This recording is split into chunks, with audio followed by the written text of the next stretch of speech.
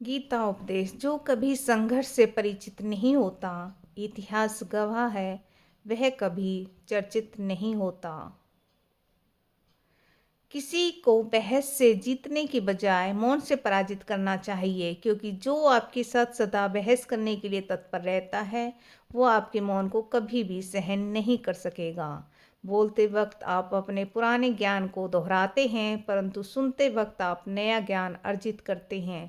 इसलिए बोले कम और सुने ज़्यादा। शस्त्र इस आत्मा को काट नहीं सकते, अग्नि इसको जला नहीं सकती, जल इसको गीला नहीं कर सकता और वायु इसे सुखा नहीं सकती।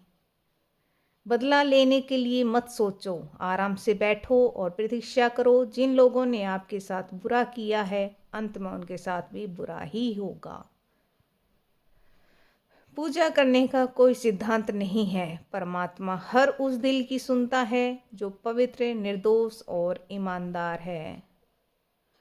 जीवन में जो भी करो पूर्ण समर्पण के साथ करो। प्रेम करो तो मीरा की तरह, प्रतीक्षा करो तो सबरी की तरह, भक्ति करो तो हनुमान की तरह, और अगर शिष्य बनो तो अर्जुन की तरह। ज़रूरत से ज़्यादा आराम और हद से ज़्यादा प्रेम इंसान को अपाहिज बना देता है।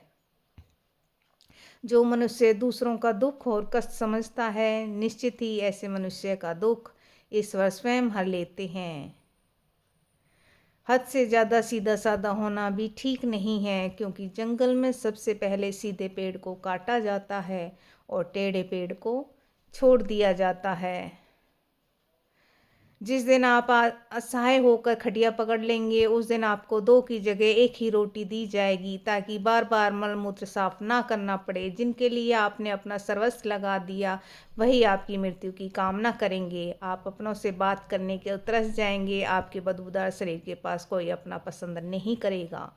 अच्छे लोगों की कृष्ण परीक्षा बहुत लेता है, परंतु साथ नहीं छोड़ता, और बुरे लोगों को कृष्ण बहुत कुछ देता है, परंतु साथ कभी नहीं देता।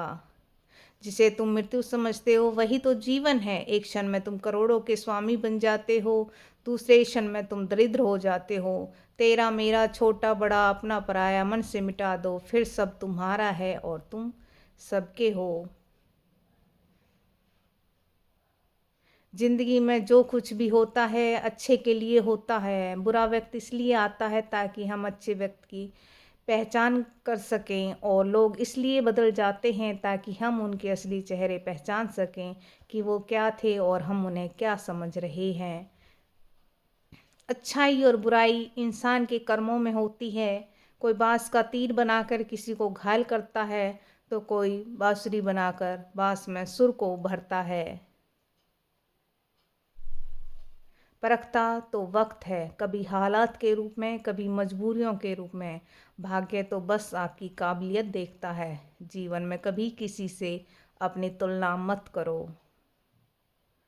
अपने आप को भगवान के प्रति समर्पित कर दो, यही सबसे बड़ा सहारा है। जो कोई भी इस सहारे को पहचान गया, वह डर, चिंता और दुखों से आज़ाद रहता है। न तो यह शरीर तुम्हारा है और न ही तुम इस शरीर के मालिक हो। यह शरीर 5 तत्वों से बना है, आग, जल, वायु, पृथ्वी और आकाश। एक दिन यह शरीर इन्हीं 5 तत्वों में विलीन हो जाएगा। यही गीता का सार है। इतना भारी और भयंकर होता है कि हमारा जमा हुआ पुण्य कब खत्म हो जाए पता भी नहीं चलता। पुण्य खत्म होने पर समर्थ राजा को भी भीख मांगनी पड़ती है। इसलिए कभी किसी के साथ छल कपट करके किसी की आत्मा को दुखी ना करें।